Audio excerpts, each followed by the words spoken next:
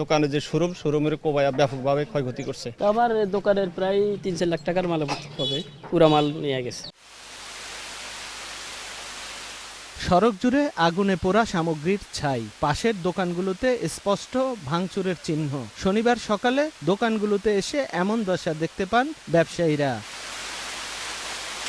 শুক্রবার রাতে লর্ডহার্ডিঞ্জ এলাকায় উপজেলা নির্বাচনের 22 চেয়ারম্যান প্রার্থী আবুল হাসান ও জাকির হোসেনের সমর্থকদের মধ্যে আধিপত্য বিস্তার নিয়ে সংঘর্ষ হয়। প্রত্যক্ষদর্শীরা জানান, গভীর রাত পর্যন্ত কয়েক দফায় চলা সংঘর্ষে মাদ্রাসা বাজারের 17টি দোকান, আওয়ামী লীগের কার্যালয় ও ইউপি সদস্যের ব্যক্তিগত কার্যালয়ে ভাঙচুর চালানো হয়। হামলাকারীরা 3টি ভ্যান, একটি বাইসাইকেল ও দোকানের মালামাল আগুন দিয়ে পুড়িয়ে দেয়, চালায় লুটপাট। দোকানে যে শোরুমের কোবায়া ব্যাপকভাবে ক্ষয়ক্ষতি করছে। আমার দোকানের প্রায় 3-4 লাখ টাকার মাল হবে, পুরা মাল নিয়ে গেছে। 22টার মতো ঘর ভাঙচুর করছে, 2টা অফিস আছে আওয়ামী লীগের, ভাঙচুর করছে। অতর্কিত হামলা করে আমাদের ব্যবসাটারে ধ্বংস করে দেওয়া হয়েছে, এই জন্য আমরা এটার ক্ষতিপূরণ চাই। নগদে 500 টাকা বা তার বেশি পেমেন্টে পেতে পারেন ঢাকায় জমিসহ 20 কোটি টাকার পুরস্কার।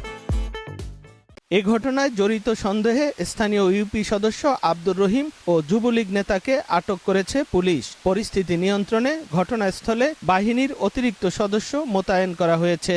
এখানে যদি ভবিষ্যতে আর কোনো ধরনের ঘটনা না ঘটে, এখানে আমরা স্বয়ং তৎপর আছি।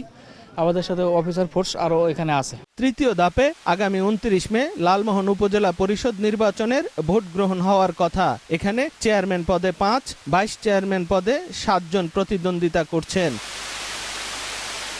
নাসির উদ্দিন লিটন, সময় সংবাদ, ভোলা।